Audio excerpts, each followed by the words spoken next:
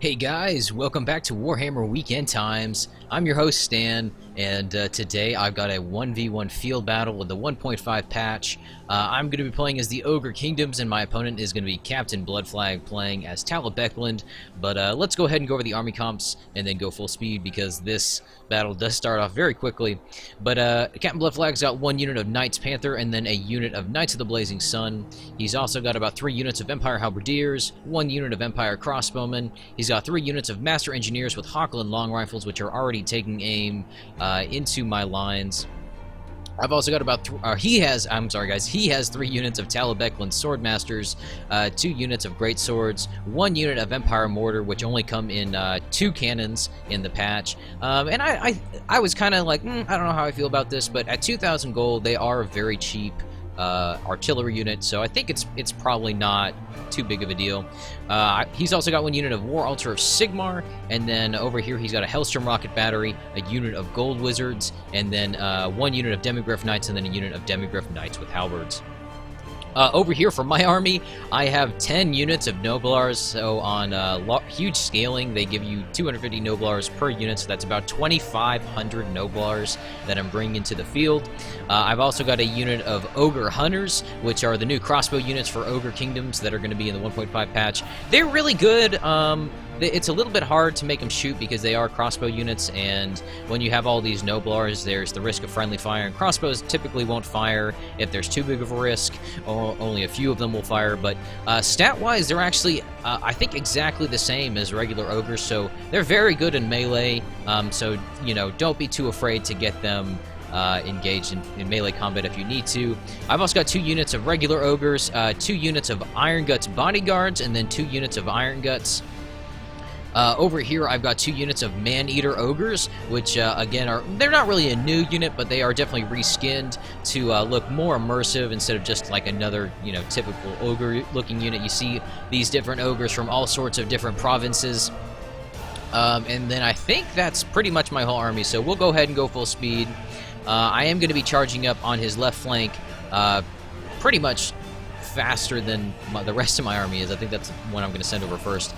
He is going to be firing in with his Hellstrom Rocket Battery. Not really getting any hits there. Maybe a few on my No-blars in the back, but then he's going to, I guess, aim a little differently. I don't know how he would do that necessarily. Then over here, his Cav is going to just slam into my right flank, doing a lot of damage to my ogres, cutting them down to about a third. And really decimating this No-blar unit as well, but that's kind of what the No-blars are there for, to kind of get in the way and take the brunt of engagements. I'm going to charge my Man-Eater Ogres into his Empire Halberdiers, and they're going to do a lot of damage on that charge, knocking over quite a few. And I do have them in kind of a tight engagement here, and that's kind of what you want. You don't want your ogres spread out when they're fighting against Halberdiers because they will get stun-locked very, very easily if you're not careful. Then I am going to charge my Iron Gut Bodyguard. I think I'm charging them into the Master Engineers, and then I'm just going to charge straight through his Halberdier units.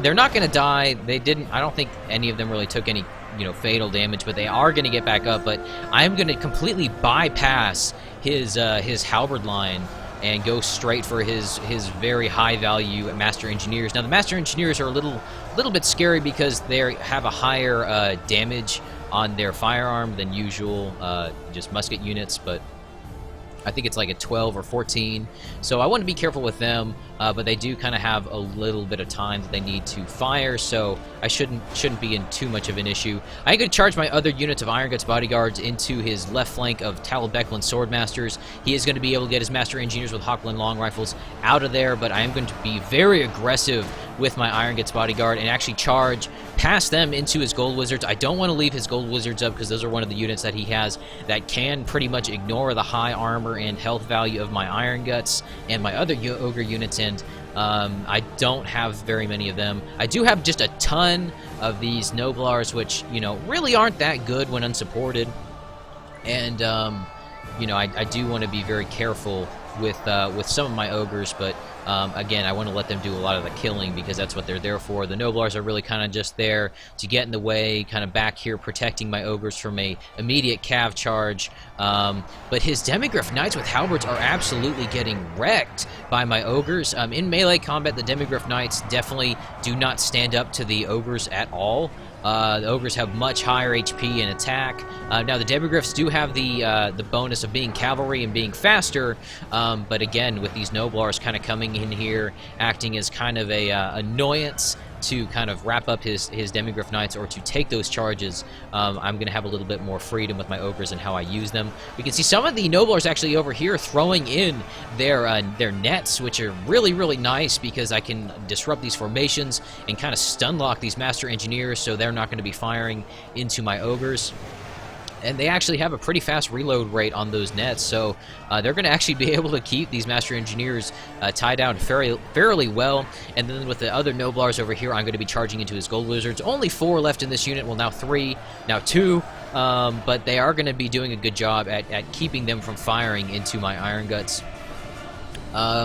Really impressed with how well the no-blars kind of acted as just a mass meat shield unit. 2,500 of them is a lot to bring. Especially considering I only have maybe like 300 good units in the form of my ogres. When I say 300 units, I mean 300 men, not 300 actual units. But it does look like his Master Engineers with Hawk and Long Rifles are over here. I don't think that they're going to be firing into my Iron Guts. And over here in his front line, I still have my Man-Eater Ogres just cutting into his Halberdiers, doing a lot of damage. His Empire Swordsmen, or Talbeclan Swordmasters, are going to be engaged against my Man-Eaters. I don't think they're going to be doing too much damage. These Empire Halberdiers certainly are not doing too much either. They do have a very fast attack animation, which does help them kind of stun lock isolated ogres, but the fact that I'm keeping my Iron Guts and my Man-Eaters so close together is going to really help prevent them from getting isolated and help prevent them from getting stun locked by these halberds. And I should be able to just kind of mow through his units. You can see kind of the line of death behind them. And I'm going to charge in my Iron Guts again into these Talbeclan Swordmasters, doing a lot of damage as they just crash through his ranks.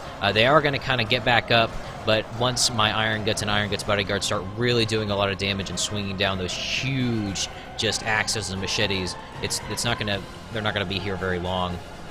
I'm going to charge up my Ogre Hunters and hopefully shoot in at these Master Engineers with Hawkland Long Rifles. They only have about 23 in this unit, 29 Ogre Hunters. I should be able to kill this whole unit. I am going to fire in here, and here we go, guys. They're just decimating these Master Engineers with Hawkland Long Rifles down to like 6. Didn't kill them all, but definitely did a lot. Made them pretty ineffective as a unit. Again, guys, I really kind of like these Ogre Hunters. They're definitely not the only new thing that Ogre Kingdoms are going to be getting in their kit when this gets launched. Again, I only have a version that has some things added. It doesn't have everything added, and there's certainly a lot of balancings that are to be added in this version as well. So it definitely is all a work in process, guys, but it is very, very fun to get to see these actually get implemented in the game and get to see them move around, all these newer units and these reskins. So, you know, that definitely shows the progress that the mod has undergone since launch. But the No-blars over here are going to be tying down these War Altar Sigmars as my Ogres and my Iron Guts just carve into these this Halberd cart crew. And then I think I'm going to be moving up my Ogre Hunters. I don't think I'm going to get any more kills on them.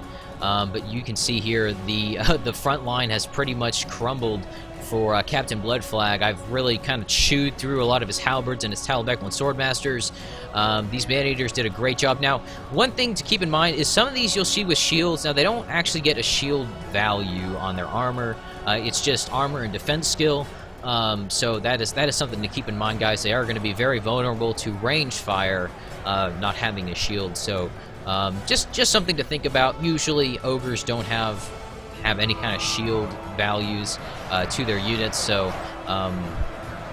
it is one thing that is somewhat their weakness. That also helps them, or helps Cav kind of charge into ogre units and do a little bit more damage. Now he is going to kind of get back on his Cav micro. I think he kind of lost micro on his Knights Panther and Knights of the Blazing Sun for quite a while because his Knights of the Blazing Sun kind of sat in combat for a long time over here against some of my ogres, and I guess this is kind of what is left after that engagement. And he's going to start getting cycle charges in him, but I think it is probably about, you know, little too little too late, as the saying goes. But, you know, I don't know if he had these in the battle, if they had maybe, you know, been able to help him out in the outcome, but my ogres definitely hewed through his Empire infantry fairly effectively, and I think all that's left on the field are these cav, you know, these cav units. But in come the Knights Panther again, going to be charging into these No-blars and into my Ogre Hunters, and one of them is going to go down there, but again, it's going to be pretty inconsequential this late in the game, and it is really nice to have these Ogre Hunters be capable in melee, because a lot of skirmishers aren't very good. I do know the what are they? I can't even remember their name. The Infernal Guard with Fire Glaives are very good in melee. They have multiple HP, which helps them, but ogres having really high HP typically allows them to take a lot of punishment before they start going down, but that's why they are so low number in a unit. But that is going to be the game, guys. When you look at my army, you can see 2,700 troops deployed, outnumbered Captain Bloodflug quite a bit, and that was pretty much almost all my No-blars. When you think I got 2,500 No-blars, that only leaves me with 297 ogre units, so that kind of was where my bread and butter was. If we take a look at the kills, I got 315 kills with my Iron Guts Bodyguard, 185 with my Iron Guts, and 231 with my other Iron Guts. My last Iron Gut Bodyguard only got 97 kills, which is still not very bad. And then as you go down, my ogres didn't do too well. My No-blars, didn't expect them to do very well, but some of these getting 45 kills is actually pretty good considering how cheap they are. And as you go down a little farther, you see that my Man-Eater ogres did fairly well as well. So it was a very fun game. My Ogre Hunters didn't do too well, only at 77, but I didn't have them engaged in melee very much. I really tried to hold them back and have them fire in, so they definitely did a little bit of damage against some of those lighter armored infantry corps, or not infantry corps, but some of those lighter armored skirmisher units that Captain Bloodflug had. So but anyway, guys, that was the battle. I hope y'all enjoyed the battle preview. There's definitely more to come and a lot more units to see that I don't quite have my hands on quite yet, but don't worry, guys, they are coming soon, and I hope you guys have a great day, and I'll see y'all next time.